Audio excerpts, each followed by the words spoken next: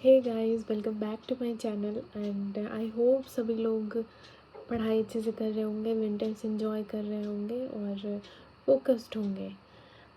तो मैंने काफ़ी लेट कर दिया है अपना वीडियो लाने में, तो आई एम सो सॉरी।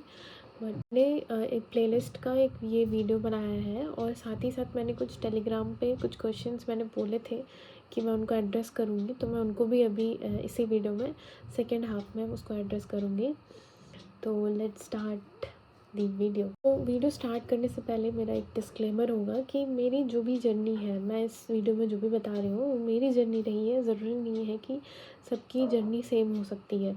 और आपका और मेरा व्यू बिल्कुल अलग हो सकता है, नो डाउट, बिल्कुल अलग हो सकता है। It's totally okay, I am okay with that and you should also be okay with that कि हाँ, आप मेरे से अग्री नहीं कर रहे हैं। दूसरा पॉइंट ये है कि एग्ज़ाम बहुत पर्सनलाइज एग्ज़ाम है, जनरलाइज भी है, लेकिन उसको बहुत पर्सनलाइज करके एग्ज़ाम को प्रिपेयर करना है कि हमारी जो स्ट्रेंथ है हम उसको पकड़ के इस एग्ज़ाम को क्लियर करने की कोशिश करें। तीसरी चीज़ कि बोरिंग चीज़ों से ही बनता है, ये एक फेमस कोट है।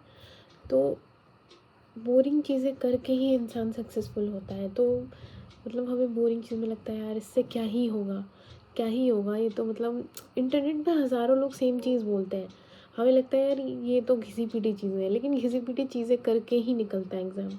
घिसी पिटी चीज़ें कोई नहीं कर पाता, कंसिस्टेंसी किसी से मेंटेन नहीं होती है। कंसिस्टेंसी बहुत बड़ी चीज़ है, वो नहीं मेंटेन होती है किसी से। तो अगर आपने कर लिया तो you are ahead of 90% of the population. And at last सबसे बड़ा डिस्क्लेमर कि हार्डवर्क का कोई सब्सटीट्यूशन नहीं है। हार्डवर्क मतलब उसका को मतलब हार्ड, अगर लक पे भी किसी को भरोसा होगा तो वो लक भी हार्डवर्क के बाद ही आता है, हार्डवर्क के पहले लक नहीं आता है। तो this was my disclaimer, few points before the video start. So here is my playlist, sorry, here is my book list.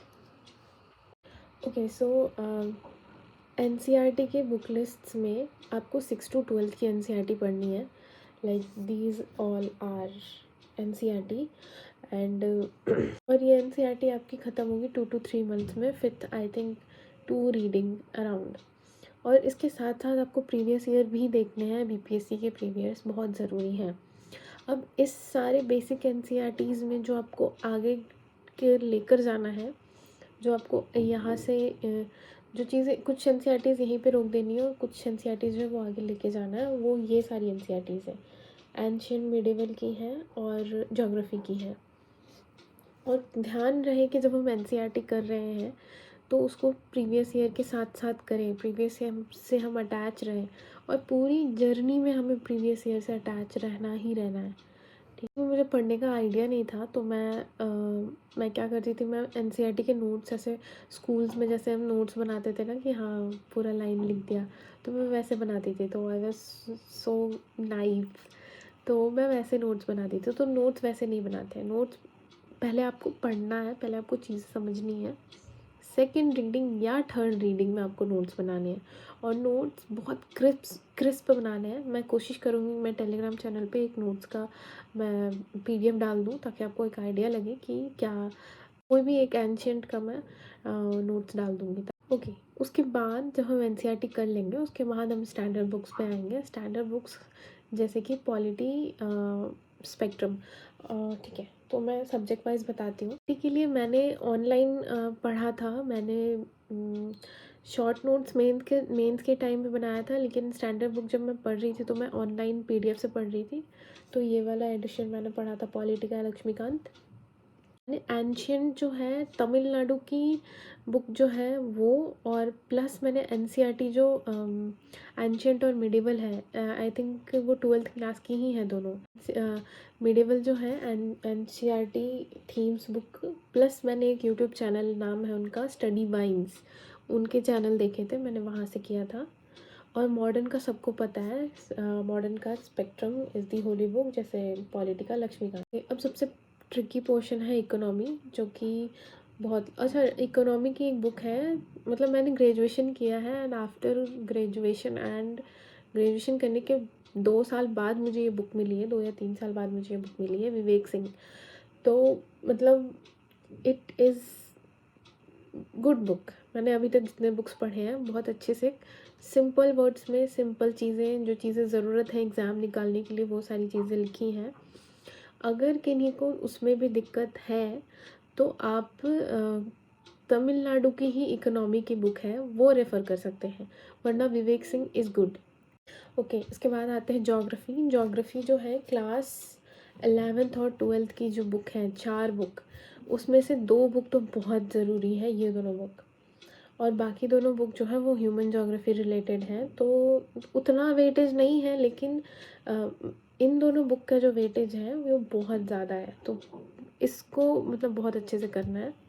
And मैंने जीसी लियोंग नहीं पढ़ा है, मैंने सिर्फ इन्हीं दोनों बुक से काम चलाया है। और I use to watch YouTube animation जब मैं स्टार्टिंग में पढ़ रही थी, क्योंकि मुझे समझ नहीं आती थी चीज़ें, बहुत ऑनेस्टली बोल रही हूँ। मुझे एनसीईआरटी की जो बुक है स्टार्टिंग में मुझे नहीं समझ में आती थी क्या क्या चीज़ें लिखी हैं, तो मैंने यूट्यूब के एनिमेशंस का यूज़ किया था। ओके, लास्ट में आर्ट एंड कल्चर।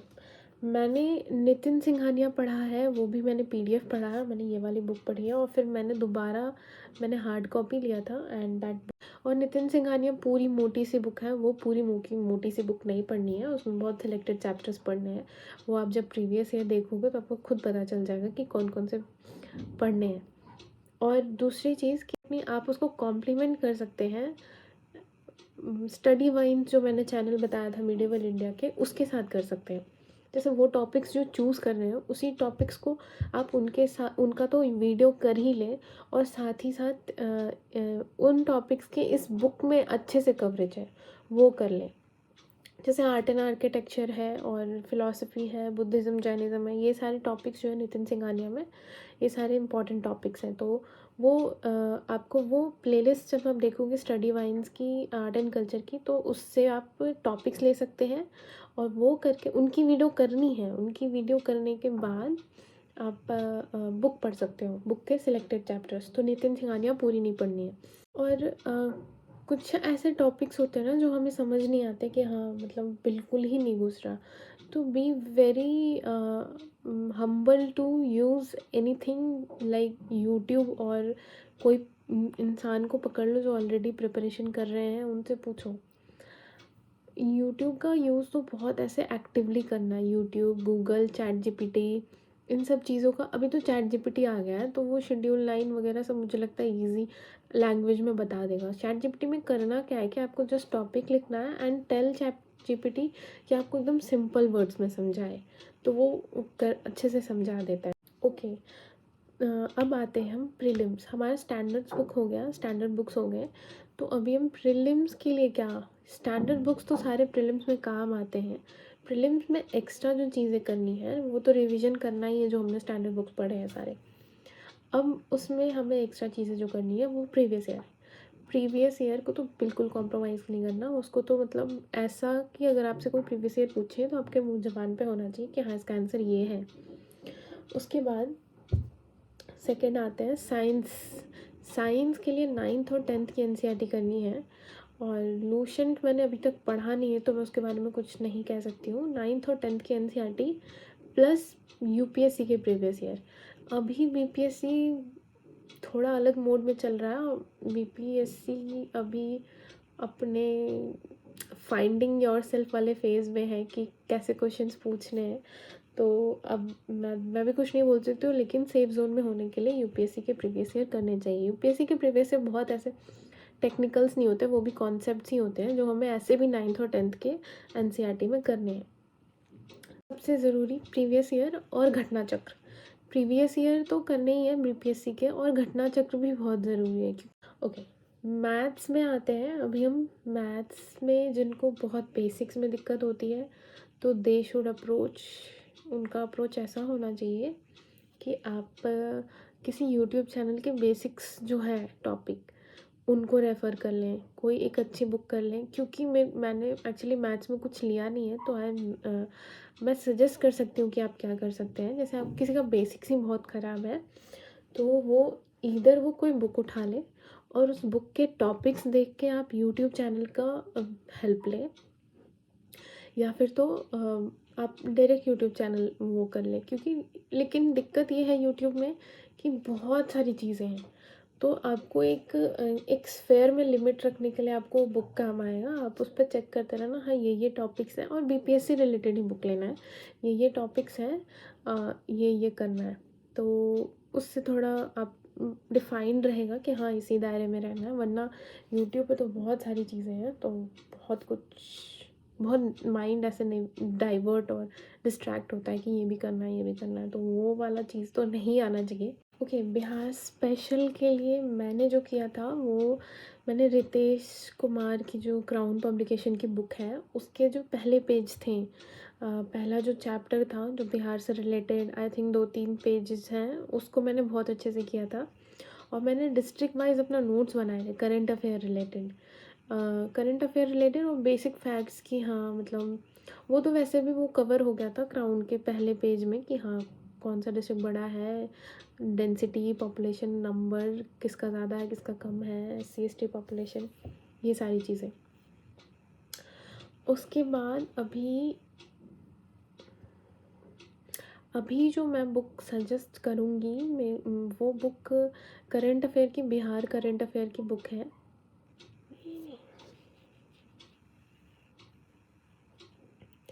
और हाँ मतलब मैंने बिहार स्पेशल के लिए मैंने 2 ही चीज़ यूज़ किया था, एक तो क्राउन पब्लिकेशन की बुक और दूसरा यूट्यूब का हेल्प लिया था। यूट्यूब का हेल्प मैंने डिस्ट्रिक्ट वाइज नोट्स बनाने के लिए किया था। जो भी करंट अफेयर की चीज़ें थी तो वो जैसे जैसे आ रहा था तो मैं उसको डिस्ट्रिक्ट वाइज डिवाइड करके लिख रही थी, तो that help me. And at last सबसे डेंजरस जो है वो करंट अफेयर्स। तो मेरे टाइम पे मैंने जब दिया था पीटी बीपीएससी का, तो उस वक्त मैंने पीटी जो है किया था, पीटी 365 विजन आईएएस की 3 PT दिस बुक, वो किया था। तो मुझे उससे काफ़ी हेल्प किया था। ऑल्दो मैंने उसको रिवाइज़ नहीं किया था, लेकिन शायद अच्छे से पढ़ा था, इसीलिए बहुत सारे क्वेश्चंस जैसे लैब ग्रोन डायमंड्स वगैरह वो सब, वो तो ऐसे भी डायमंड्स हैं। तो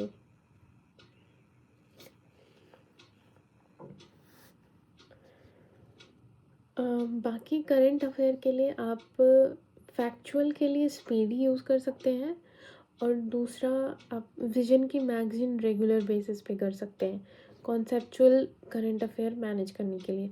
वरना करंट अफेयर अगर आप 71st के लिए तैयारी कर रहे हैं तो मैं बहुत ऐसे बड़े बड़े शब्दों में बोलूँगी कि प्लीज़ न्यूज़पेपर पढ़िए। न्यूज़पेपर जैसी कोई चीज़ नहीं है। मतलब न्यूज़पेपर इतनी प्यारी चीज़ है, इतना आपका माइंडसेट डेवलप करती है। लेकिन जब मैं न्यूज़पेपर नहीं पढ़ पाती हूँ, जैसे अभी मैं नहीं पढ़ पा रही हूँ, तो मतलब ऐसा लगता है कि मतलब क्या ही कर रहे हैं। तो न्यूज़पेपर बहुत अच्छी चीज़ है। एक सेंस ऑफ कंप्लीशन जो है वो न्यूज़पेपर से आती है अगर आपने न्यूज़पेपर किया है तो। और न्यूज़पेपर उसमें भी हेल्प करता है कि जब हम मैगज़ीन पढ़ते हैं तो हमें बहुत सारी चीज़ें रिलेट कर पाते हैं कि अच्छा हमने ये न्यूज़पेपर में पढ़ा था, तो रिकॉल कर पाते हैं। तो this was it. Okay, this was my basic book list.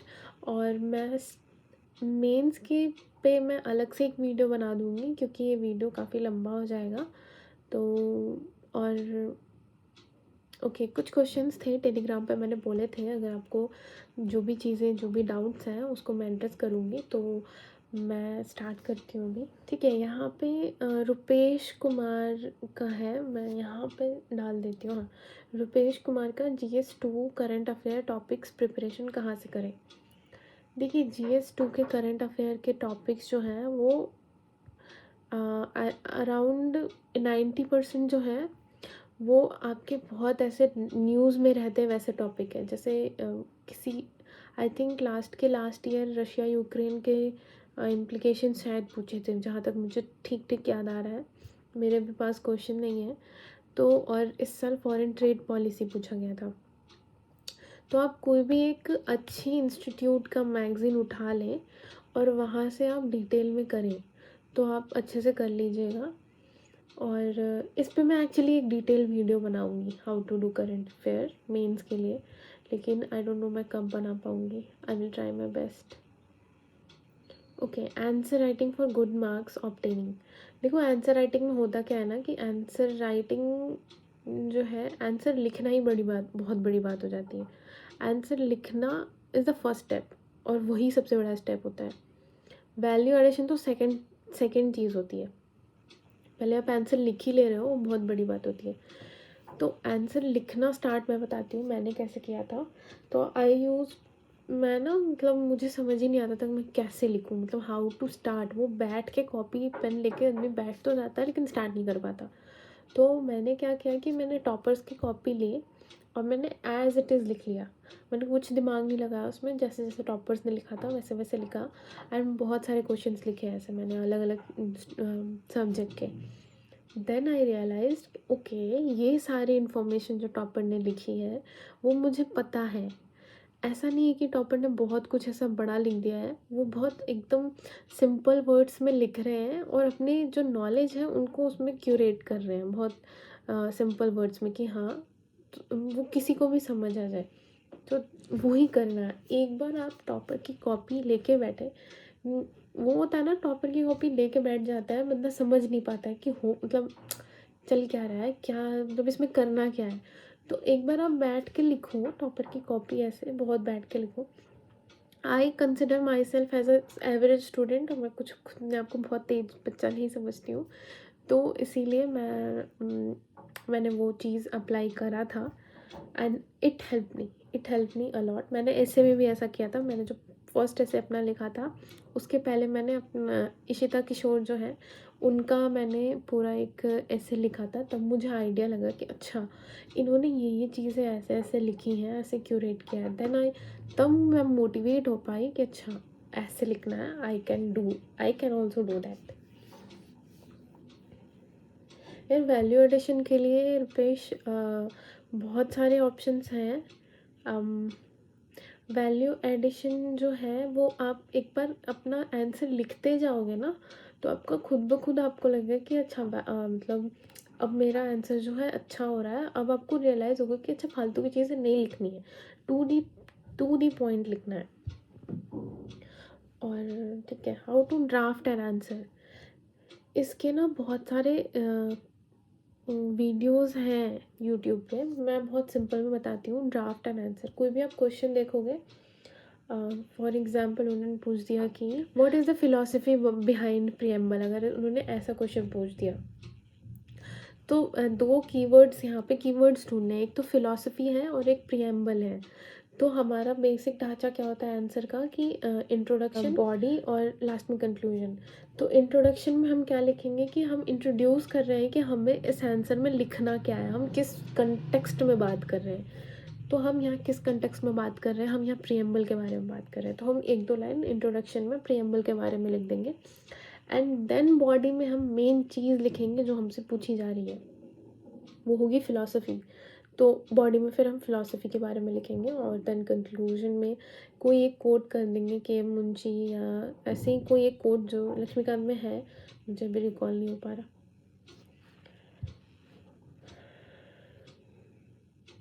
यार पॉलिटी के क्वेश्चन आंसर जो है ना, मुझे नहीं लगता कि दूसरों से अलग होते हैं। वो इधर आप ना प्रैक्टिस करते करते आपके ना आंसर जो है वो इन्हांस हो जाते हैं। दूसरों से अलग करने की कोशिश मत करो। आप जो आंसर लिख रहे हो ना, आप अपने से ही अलग करो। जैसे आपने आज लिखा तो ट्राई टुमारो कि कल जो आंसर मैं लिखूँ वो आज के जैसा ना हो और आज से इम्प्रूव्ड हो। और ऐसे भी जब आप लिखोगे ना तो आपको खुद ही समझ में आता है कि अच्छा ये चीज़ मैं ऐसे कर सकता था। तो प्रैक्टिस का खेल है, वो बैठ के खुद के कंफर्ट से निकलने का खेल है, बाकी और कुछ नहीं है। और इन जनरल जो है GS1 और GS2 में सेम मार्क्स आते हैं, इधर वो UPSC हो या BPSC हो, सेम ही मार्क्स आते हैं। मार्क्स डिफर करता है ऐसे BPSC में ऐसे पेपर में और BPSC में ऑप्शनल और ऐसे paper. Economics without doing any coaching, आप सबसे पहले तो एक NCERT जो है वहाँ से स्टार्ट कर सकते हैं। और मैं अगर आप ऑप्शनल के लिए पूछ रहे हैं तो NCERT 11th-12th GS के साथ। अगर आप इन जनरल पूछ रहे हैं तो मैंने ऑलरेडी बताया है कौन सी बुक रेफ़र करनी है, विवेक सिंह की। देखो आंसर अपना एवेलुएट ना, जब तुम आंसर कंप्लीट करोगे ना तुम्हें खुद ही समझ आ जाएगा कि तुम्हारी कहाँ गलती है। वो लिखने के बाद वहाँ की कॉपी उठाओ and then what you do will उसको मतलब जो क्वेश्चन है सिंपल क्वेश्चन ढूंढो, सिंपल एकदम सिंपल, कोई हार्ड क्वेश्चन ढूंढने की ज़रूरत नहीं है। एक सिंपल क्वेश्चन ढूंढो और जस्ट राइट इट, अपना आंसर लिखो और अपने आंसर और उनके आंसर में मैच करो कि कहाँ डिफरेंस है, कहाँ लैग कर गया तुम्हारे लैंग्वेज में और उनके लैंग्वेज में। क्या तुमने बहुत एक्स्ट्रा इन्फॉर्मेशन लिख दिया है, क्या उन्होंने एकदम टू द पॉइंट लिखा है, तो ये सब चीज़ें देखनी है। मेंस के 2 टाइप के नोट्स होते हैं, एक तो पूरे कॉम्प्रिहेंसिव नोट्स होते हैं और एक शॉर्ट नोट्स होते हैं। तो मेंस का कॉम्प्रिहेंसिव नोट्स जो है ना, उसमें सारे एस्पेक्ट्स लिखने हैं और पॉइंट वाइज लिखने हैं और डेटा भी लिखने हैं। अब मेंस के जो शॉर्ट नोट्स हैं वो हम एग्ज़ाम के 1 हफ़्ता पहले या 2 हफ़्ता पहले उसको रिवाइज़ और रटने के लिए रखते हैं। तो शॉर्ट्स नोट्स में क्या रहता है, जो डेटा होते हैं, मैं नंबर्स के मामले में बहुत वीक हूँ, मुझे याद नहीं आता, मुझे हिस्ट्री के भी ईयर्स याद नहीं रहते। या डेटा और जो चीज़ें, जो पॉइंट आपको याद नहीं आ रही है, जैसे संथाल रिवॉल्ट है, तो उसमें अगर आपको याद नहीं आ रहा कि हाँ 5 टाइप के कॉजेज़ थे, तो वो चीज़ लिख दो कि 5 टाइप के कॉज थे। अब उसको वहाँ नहीं लिखना एक्स्ट्रा, अब उसको जब आप रिवाइज़ करोगे ना, तो उसको रिकॉल करना है कि हाँ इस 5 टाइप के कॉजेज़ में क्या क्या पॉइंट्स थे, वो कॉम्प्रिहेंसिव में जाएगा। यार ऐसे के लिए ना मैं मेंस का अलग से बनाऊंगी, तो उसमें मैं अच्छे से बता दूंगी, क्योंकि ये वीडियो काफ़ी लंबा हो जाएगा। मैंने कितने टॉपिक इन जनरल बीपीएससी के लिए प्रिपेयर किए थे, अगर आप करंट अफेयर की बात कर रहे हैं तो मैंने अराउंड 50 to 70 करंट अफेयर के टॉपिक्स जो है ऐसे लिस्ट बना लिया था।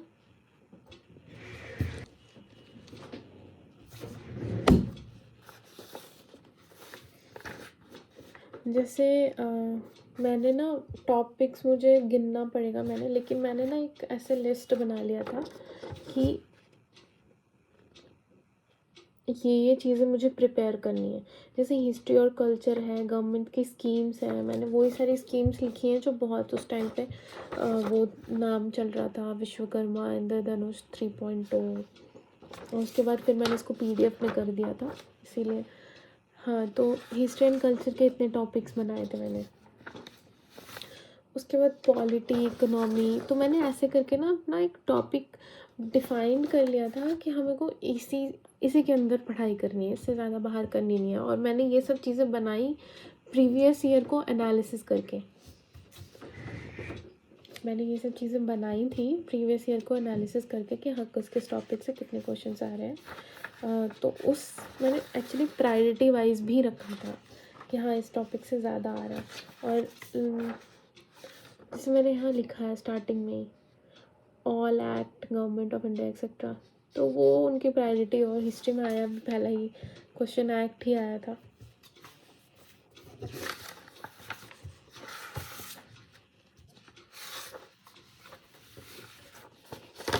और मैंने ना एक्चुअली ऐसे प्रीवियस ईयर के सारे नोट्स ये सारे मैंने लिखे थे और इसको एक जगह पे कंपाइल किया था। ये 1 2 3 4 ईयर का मेरा मेंस का प्रीवियस ईयर था। उसके बाद इसी के थ्रू मैंने एनालिसिस किया था कि क्या क्या चीज़ें जो है इम्पोर्टेंट है। ओके,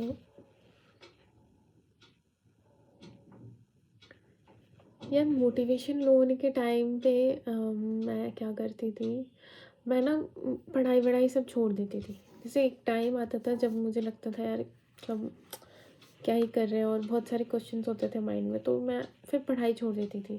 एक डोपामिन डिटॉक्स नाम की एक चीज़ होती है, तो होता क्या है कि हमें पढ़ाई से डोपामिन मिलता है, तो वो डोपामिन मैं नहीं लेती थी एक दिन, पूरे एक दिन, और उसके बाद अगले दिन मैं बैठती थी ना, तो मुझे अच्छा लगता था कि मतलब कभी कभी डिस्टेंस कर लेना चाहिए। आई डोंट नो, शायद मेरे पास वो प्रिविलेज था कि मैं एक दिन डिस्टेंस कर सकती हूँ, लेकिन करना भी चाहिए हमारे मेंटल हेल्थ के लिए, और वो कंसिस्टेंसी ब्रेक ना हो, मेंटेन रहे। अगर हम ब्रेक नहीं लेंगे तो हमारी बॉडी खुद ही ब्रेक ले लेगी, तो बॉडी खुद ब्रेक ना ले उससे बेटर कि हम खुद ब्रेक ले लें। कि आपको क्या लगता था कि आप निकाल लोगे और कितना परसेंटेज? यार मतलब ऐसा है कि बहुत मैं जब इस वाले एग्ज़ाम के फ़ेज़ में साइकिल में थी 69th में, तब मैंने ज़्यादा सोचा नहीं था।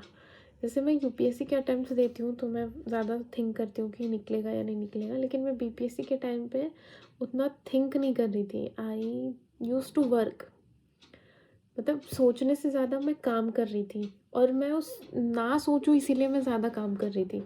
तो that was a big big big मतलब गेम चेंजर कि आप होगा नहीं होगा उससे ज़्यादा अच्छा है कि आप काम करो। होगा नहीं होगा दैट वाज, वो तो बाद में पता चलना ही है, वो तो दुख होके बैठना ही है। पहले सोच के दुखी होके परेशान होके कुछ नहीं होना।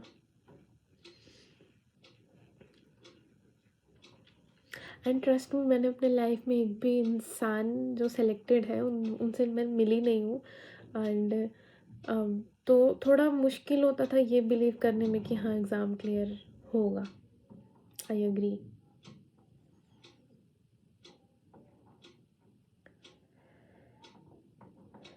Okay, worst case study of your entire journey, किससे बचना चाहिए था? Self doubt. सेल्फ डाउट जो है मतलब कि हर चीज़ में आप सोच रहे हैं कि ये करना चाहिए ये करना चाहिए। यार देखो, कुछ भी करो लेकिन करो। आप गलती करोगे सीखोगे, सेल्फ डाउट मत करो। मतलब मैं स्टार्टिंग में बहुत आंसर्स वगैरह लिखती थी, और मुझे अच्छा भी लगता था आंसर्स अपने देख के कि अच्छा मैंने लिखा है ऐसा सब।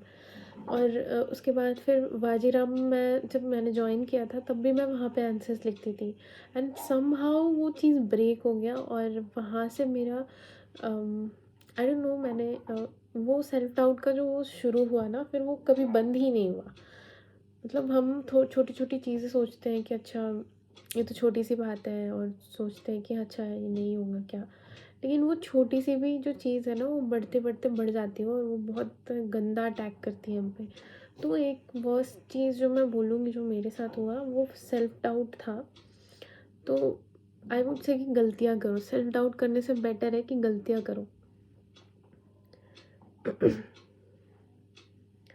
ओके, डू एंड डोंट क्या करे और क्या ना करे इन जनरल वे। डू में हार्डवर्क करो, और डोंट में ब्रेक लो टाइम टू टाइम। अपने हेल्थ का ख्याल रखो, एंड डोंट में कि अपने एग्ज़ाम को वो नहीं करना है कि हाँ एग्ज़ाम नहीं हुआ तो ज़िंदगी ख़त्म है। मतलब इस साइड होके बोलना कि हाँ एग्ज़ाम को ज़िंदगी नहीं बनानी है वो बहुत ईजी है, ट्रस्ट मी।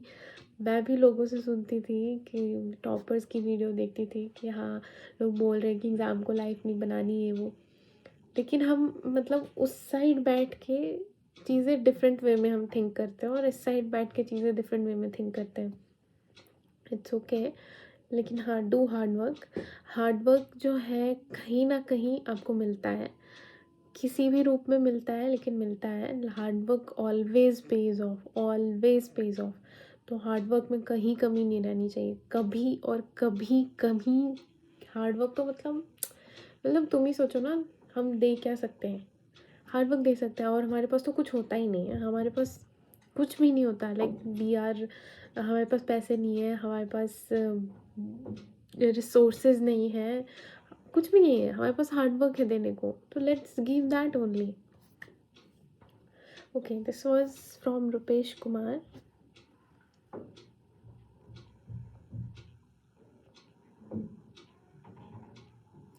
ओके, एक लाइन जो आपने पूरी तैयारी में अपने आप से कहती रही खुद से, वो क्या था?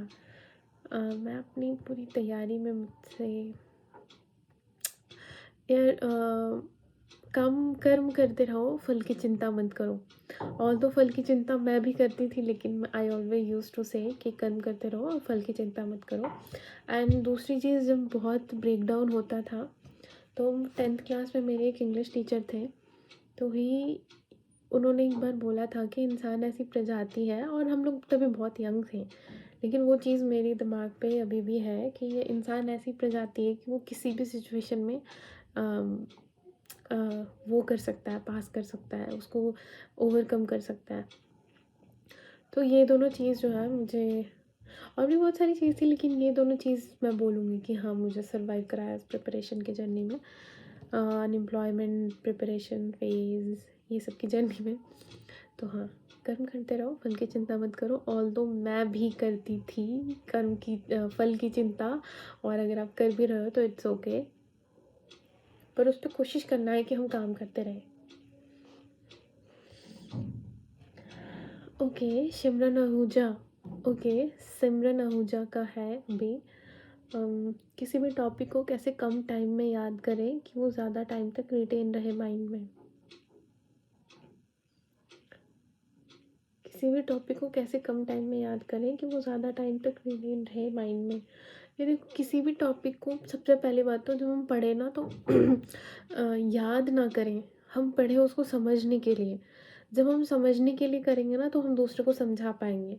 और सबसे बड़ा टेक्निक जो है वो यही होता है कि हम कोई चीज़ जो है कितने अच्छे से दूसरों को समझा पा रहे हैं, वो चेक करना होता है। तो अगर आपके घर में कोई भी है, भाई बहन, छोटे बड़े, मम्मी पापा, उनको एक बार, या तो वो भी नहीं है तो अपना कैमरा ही खोल लो एंड जस्ट समझाओ कि आज तुमने ये चीज़ पढ़ी, और उसको समझाओ। जैसे मैंने, मेरा एक यूट्यूब पे वीडियो होगा, आई थिंक लास्ट ईयर डाला था और वो प्राइवेट था, तो उसमें मैं वो कर रही हूँ, एक्सप्लेन कर रही हूँ कि हाँ मैंने आज क्या क्या चीज़ें पढ़ी हैं।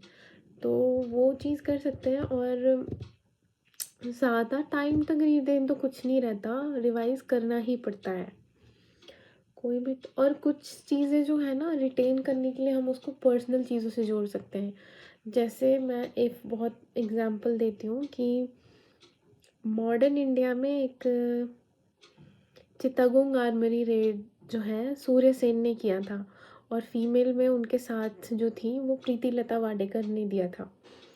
तो ये चीज़ मुझे याद, ये बहुत नेम्स जो है ना, ये जनरली याद होने थोड़े मुश्किल होते हैं, लेकिन इसको ना बहुत पर्सनल चीज़ों से मैंने जोड़ा था। मैं और मेरे एक फ्रेंड, हम लोग पढ़ते थे, तो he use to connect this thing, बहुत पर्सनली जोड़ता था, और वो जब करता था तो मुझे याद हो जाती थी चीज़ें कि हाँ इसने या ऐसे जोड़ा है और इसने ऐसे याद किया था, तो मुझे उस चीज़ से मुझे याद हो गया कि हाँ ये चीज़ है। तो उसको जितना पर्सनली कनेक्ट करेंगे ना, उतने अच्छे से चीज़ें याद होंगी। जैसे अगर आपका कोई जैसे आप मुंबई से रिलेट कर सकते हो महाराष्ट्र को, या गुजरात से मोदी जी को, या राजस्थान में कुछ ऐसा हो, आपके किसी फ्रेंड हो, या आपने किसी सोशल मीडिया से किसी ऐसे बात हुई हो, या कभी आप वहाँ गए हो, या झारखंड में ऐसा कोई रिलेटिव हो, ऐसा कुछ भी हो, तो उस चीज़ से कनेक्ट कर लो कि हाँ जस्ट कनेक्टेड। तो वो चीज़ बहुत इफ़ेक्टिव होती है ज़्यादा टाइम तक रिटेन करने में, कि आप कितना किसी चीज़ को पर्सनली जोड़ रहे हैं। ये मैं फैक्ट के मामले में कर रही हूँ, और कॉन्सेप्ट के मामले में आप कितने अच्छे से किसी को समझा पा रहे हो, वो है। ओके, कोई भी टॉपिक को रिवाइज कैसे करते हैं, रिवीजन प्रोसेस क्या होता है। रिवीजन प्रोसेस जो है, revision process basically recall process होता है। हम रीविज़िट करते हैं, पर हम रिकॉल करने की कोशिश करते हैं। रीविज़िट से हमारा कुछ काम नहीं चलता। जब ऐसे मान लीजिए अगर ये पेपर है, मैंने यहाँ नोट्स बनाए हैं, तो मैं यहाँ रीविज़िट उसको लेके आ रही हूँ, I am revising, like revisit कर रही हूँ, लेकिन मैं देख रही हूँ, इससे नहीं रिविज़न ये नहीं होता। जैसे मैंने देखा कि हाँ यहाँ पे 68 BPSC है, ये GS1 है, तो आई विल जस्ट, अभी नोट्स मैंने पढ़ा है एक दो बार, उसको मैं ऐसे ढक के रखूँगी और मैं रिकॉल करूँगी कि हाँ क्या क्या चीज़ें थी। नहीं रिकॉल कर पाऊँगी तो मैं फिर से एक बार देख लूँगी और उसको बोल बोल के पढ़ूँगी। एंड मैंने रिसेंटली वो किया कि बोल बोल के पढ़ना इज़ काफ़ी इफ़ेक्टिव है। तो हाँ, ऐसे आप रिवाइज़ कर सकते हैं। और जैसे मेरे पापा ने सजेस्ट किया था और मुझे वो काफ़ी इफ़ेक्टिव लगता था कि मंडे टू फ्राइडे आप पढ़ाई करो, एंड सैटरडे जो है वो मंडे टू फ्राइडे जितनी भी चीज़ें पढ़ी हैं आप वो सैटरडे को रिवाइज़ करो। Revision day, Saturday is revision day, Saturday revision day, Sunday is fun day. मेरा संडे हमेशा फन डे रहा है जब भी मैं अच्छी पढ़ाई कर रही होती हूँ तो। ओके, ये था रिवीजन का। लक्ष्मीकांत और स्पेक्ट्रम जैसे बुक्स खुद से पढ़ने के बाद समझ नहीं आता ईजिली, तो उसके लिए वीडियो लेक्चर्स देखूं या करूं, समझ नहीं आ रहा, क्या करूं समझ नहीं आ रहा। हाँ, लक्ष्मीकांत और स्पेक्ट्रम जो है वो बुक्स हो सकता है आपको पहली बार समझ नहीं आए, दूसरी बार समझ आएंगे। Have patience. इस प्रिपरेशन में स्टार्टिंग में हमें बहुत बहुत बहुत पेशेंस रखना है, और स्टार्टिंग क्या, पूरी जर्नी ही पेशेंस का है कि अभी प्रीलिम्स निकला, 4 महीने बाद मेंस है, अभी 6 महीने बाद इंटरव्यू है, तो बहुत पेशेंस का खेल है।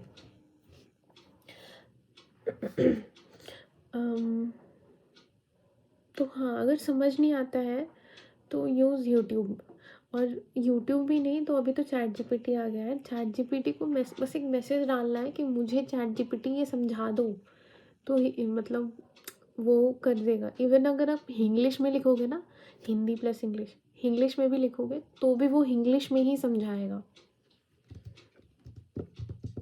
ओके, 1 ईयर प्लान बताइए। 1 ईयर प्लान बताइए मैम, जिसमें प्री प्लस मेंस दोनों की अच्छे से प्रिपरेशन हो जाए। ओके, कंसिडरिंग कि मैं बहुत शॉर्ट में बताती हूँ। कंसिडरिंग कि आपका 71st बीपीएससी जो है 30 सितंबर को होगा, तो अगर 4 महीने आप प्रीलिम्स टेस्ट वेस्ट में लगाते हैं, जैसे जून जुलाई और अगस्त अगर टेस्ट में जाता है और प्रीलिम्स के सारी चीज़ें प्रिपरेशन में जाती हैं, प्रीलिम्स फेज़ में अगर जाता है, तो सितंबर को हम रिवीजन के लिए रख सकते हैं। और अभी जनवरी फरवरी मार्च अप्रैल मई, ये 5 महीने हम अपने स्टैंडर्ड बुक्स पे फोकस करके अपने प्रीवियस ईयर्स और जो भी हमारा बेसिक्स हैं, साइंस के क्वेश्चंस हैं, करंट अफेयर है, इन सबको साथ में लेके चलें और आंसर राइटिंग भी करते रहें। ओके, करंट अफेयर में इतना डेटा होता है, उसको रिटेन कैसे करते हैं माइंड में, उसको रोज़ सुबह उठ के रटना पड़ता है एग्ज़ाम के पास में, और कुछ ऑप्शन नहीं है।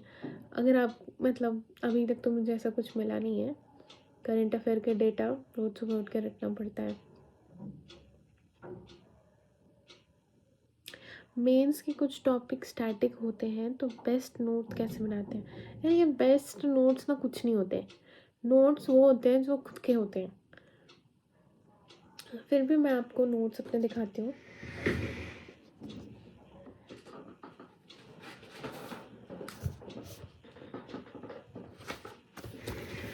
मैं कॉम्प्रिहेंसिव नोट्स तो नहीं, लेकिन मैं ये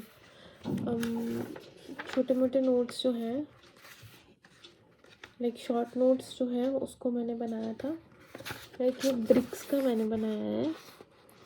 तो क्या क्या चीज़ें लिखी है कि डेमोक्रेटिक और मल्टी, बस एक कीवर्ड्स लिख लिया है, और ये सब ईयर वाइज लिख ली हैं चीज़ें, और यहाँ पर डेटा लिखा है, तो मैंने उसको गोल लाल लाल में, ताकि वो मेरे दिमाग पर ऐसा हंट करे कि अच्छा ये सारी चीज़ें ऐसी लिखी हैं। अभी तो मुझे कुछ भी याद नहीं है कि मैंने ऐसा कुछ लिखा है, आई एम जस्ट सीइंग।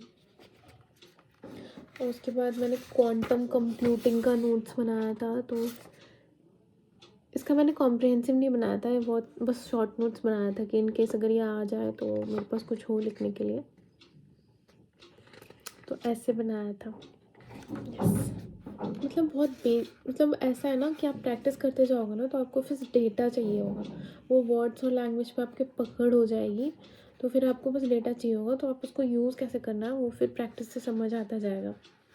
और अगर नहीं भी आता है तो आंसर राइटिंग प्रोग्राम ले सकते हैं। मैंने लिया था PCW का आंसर राइटिंग, तो उनका जो एवेलुएशन प्रोसेस था वो बहुत अच्छा था। आंसर राइटिंग कब स्टार्ट करना चाहिए और एक दिन में या वीक में एक बार कैसे करना चाहिए? आंसर राइटिंग आपको मेंस का, जब आप स्टैंडर्ड बुक्स पढ़ रहे हो, वो एक बार ही ख़त्म होता है, तो आपको आंसर राइटिंग करना चाहिए। एक बार ही ख़त्म हो गया तो आंसर राइटिंग शुरू करना है।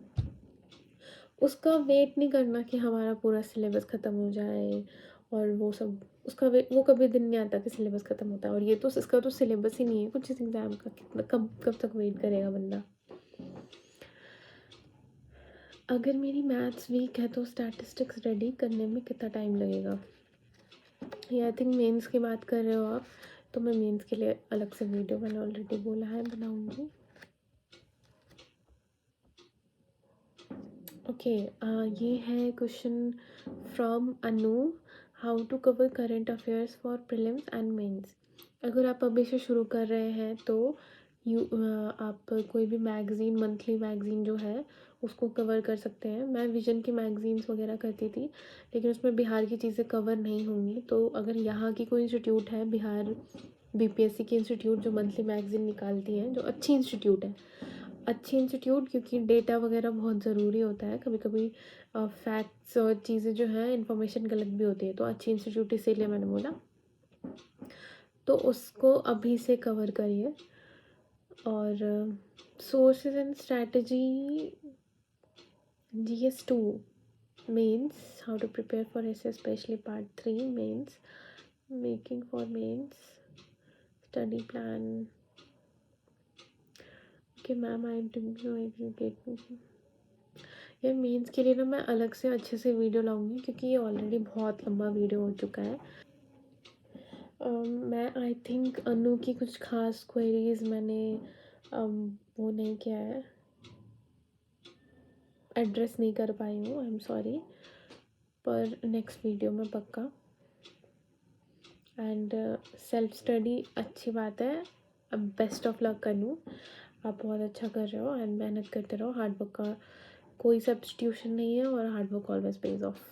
So this was my video guys.